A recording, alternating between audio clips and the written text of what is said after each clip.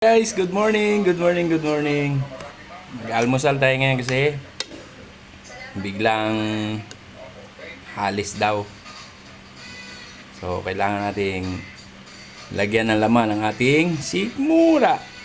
Meron po tayong ano ba? Tuyo. Siyempre, tuyo ng Pangasinan yan with kaliskis. At meron tayong egg. Ayan. Kaya po. Kailangan nating ano. At saka meron tayong tsaa. Giniling namin na ano, giniling ng ni bro na malunggay pinatuyo tapos inano niya sa blender. Ayan. Tapos pinakuluan. Matapon eh. Good morning guys. Kain.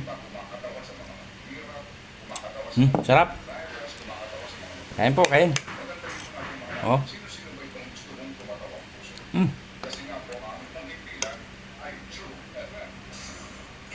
Tuyo. Alam mo ganyan tuyo? Naalala ko yan nung nasa Pangasinan kami sa Bayambang. Ganyan yung inuulam namin nung. Pero ang sarap guys, promise. Meron siyang kaliskis. Meron talaga siyang kaliskis. Ang sarap. Tapos si Nanay Elisa, yung aming stepmother doon. Ano siya? Sarap niya mag sinangag. Tapos magluto ng tuyo.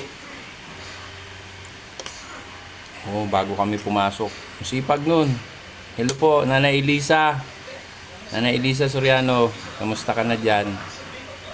Kamusta kayo lahat? Family Soriano, kamusta kayo dyan sa Duera? Yun po, at sarap. Namimiss ko na nga yung ano niya, yung sinangag niya. Tapos tuyo, yung tuyo na ganito, may kaliskis. Yan lagi kong binibili dati. Sarap guys. Tara, kain po. Aalis na kasi. Bye-bye. Ingat palagi. God bless sa lahat.